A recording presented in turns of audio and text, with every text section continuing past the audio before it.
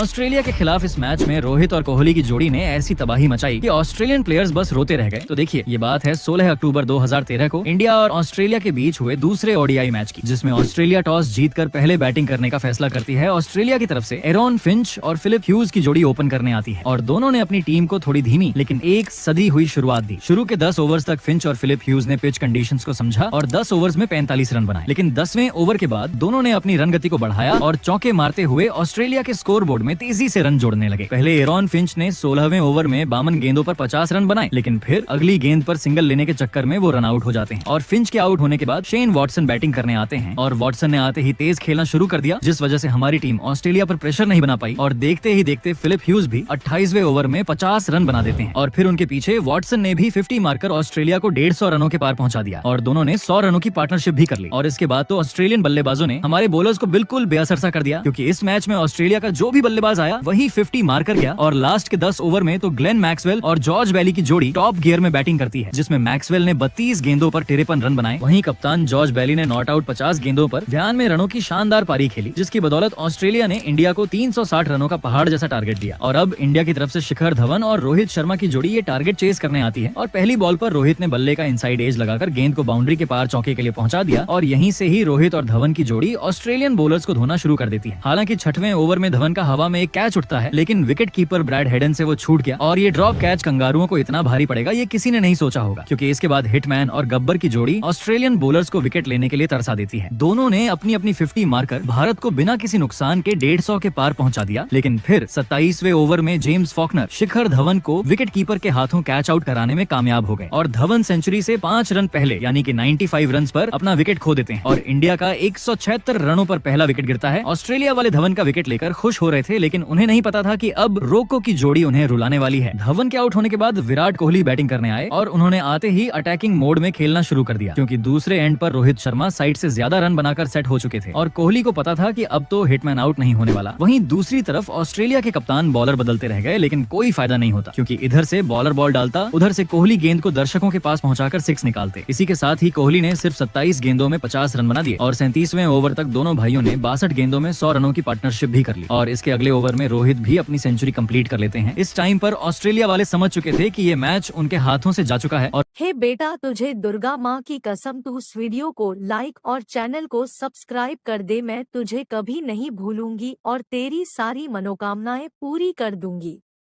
हुआ भी ऐसा ही। रोहित और कोहली की जोड़ी ने सिर्फ 43 ओवर्स में इस टारगेट को चेस करके 9 विकेटों से ये मैच जिता दिया। इस मैच में रोहित शर्मा ने 123 गेंदों पर 141 रन बनाए, तो वहीं विराट कोहली ने 52 गेंदों पर 100 रनों की तूफान